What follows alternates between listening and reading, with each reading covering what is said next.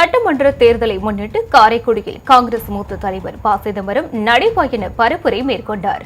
சிவகங்கை மாவட்டம் காரைக்குடி சட்டமன்ற தொகுதி காங்கிரஸ் வேட்பாளர் மாங்குடியை ஆதரித்து ப. சிதம்பரம் நடைபயண பரப்புரையில் ஈடுபட்டார்.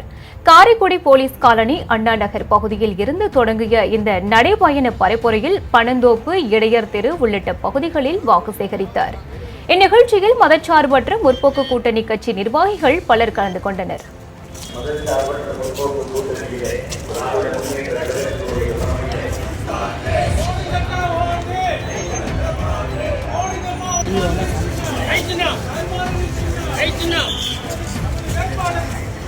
மேலவை உறுப்பினர் மாண்புமிகு ப. சிதம்பரம் அவர்கள் கை சின்னம் என கேட்டு இதோ உங்களிடத்திலே மாங்குடியவர்களுக்கு ஆதரவு கேட்டு மாநிலங்களவை உறுப்பினர் மாண்புமிகு ப. சிதம்பரம் அவர்கள்